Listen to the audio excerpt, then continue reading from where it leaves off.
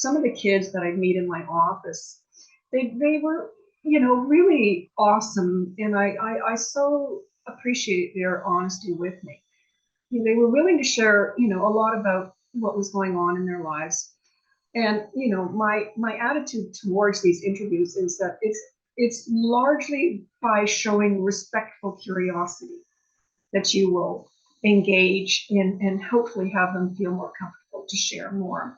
And some of them would come in and say, Dr. Nixon, this is all great. I might have depression or anxiety, and you might suggest this treatment or that treatment. But I can tell you right now, nothing is working better than me self-harming at this point in time for self-injury.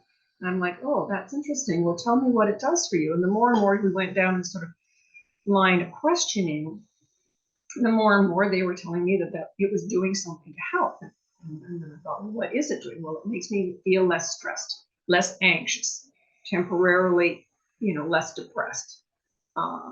Makes me feel something instead of nothing. So they basically, there were all these questions of why. And then also some of them were telling me that it was very clear that once they had started and they had gotten to a certain level of this behavior, that it was their go-to method.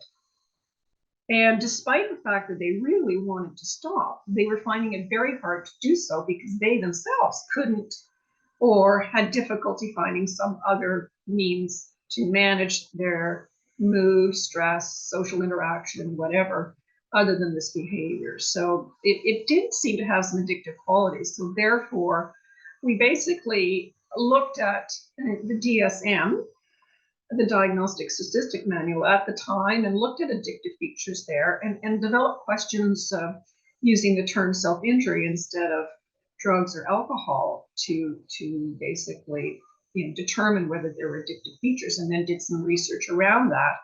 And certainly, there's large evidence that increased frequency was also associated with addictive features.